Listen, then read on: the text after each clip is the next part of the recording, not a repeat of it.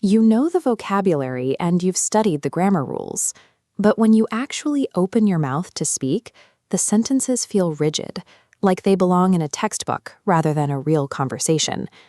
This friction happens when you build a thought in Hindi and try to map it word for word into English. Languages rarely match up perfectly, and forcing a literal translation often creates a conversational error. This is where idioms come in. These are phrases where the meaning is derived from an image or a specific piece of history, rather than the individual words themselves. Instead of saying, "I will reveal the secret now," a native speaker says, "I'll spill the beans." It's more vivid and sounds like a natural part of the language. By looking at the logic behind 6 daily use idioms, we can see how native speakers actually think. Understanding these patterns helps you move past the translation trap. Fluency is about more than just swapping words. It's about sharing the specific imagery that English speakers use to describe the world. Take the way we talk about health. If you've caught a cold, you can say you're feeling under the weather. It's the direct English equivalent of the Hindi phrase, "Mausam ki chapet mein aana." Historically, travelers noticed that sudden changes in temperature or atmospheric pressure often led to mild illnesses. Before modern medicine, people quite literally blamed the shifting weather for their sudden fevers or aches. This is a useful phrase for a professional setting. Telling a colleague, "I'm feeling a bit under the weather," is a polite way to say you're unwell without having to share your specific symptoms. On the other hand, if you are working or studying late into the night, you are burning the midnight oil. Before electricity, late-night work required a lit lamp. Staying up past dark meant you were physically using up your supply of oil. It was a tangible cost associated with extra effort. Even though we have electric lights today, the imagery survives. When a student stays up until dawn to finish a project, they are still metaphorically burning the oil to get the work done. When you understand the physical origin of these phrases, they become much easier to remember. The history provides a mental hook that keeps the phrase in your mind.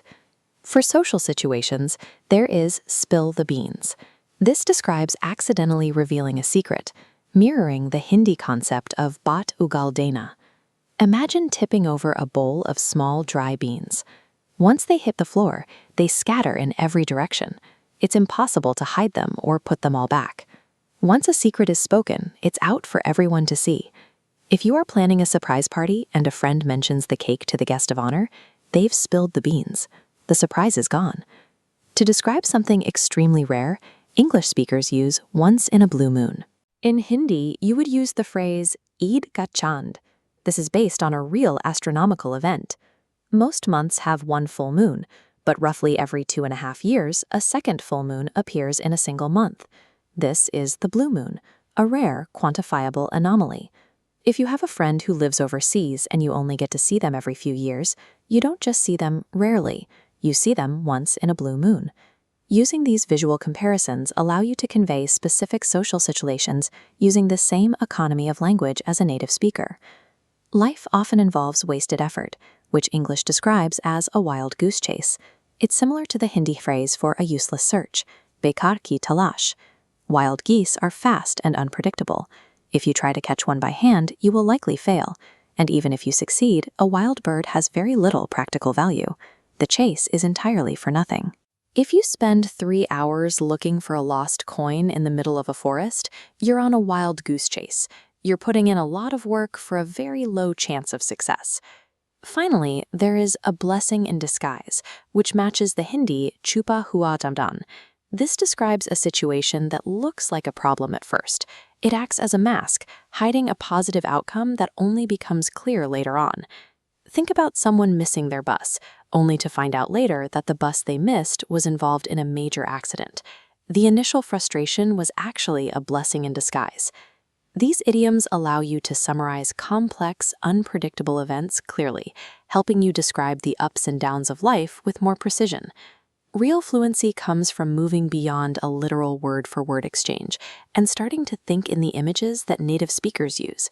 You don't have to stay stuck with textbook rules that make your English sound forced. By using these 6 phrases, you can bridge the gap between your thoughts and how they are expressed in a natural conversation. Which of these idioms do you think you'll use first? Let me know in the comments below. If you found these explanations helpful, please like the video and subscribe to Bloom Speak English for more.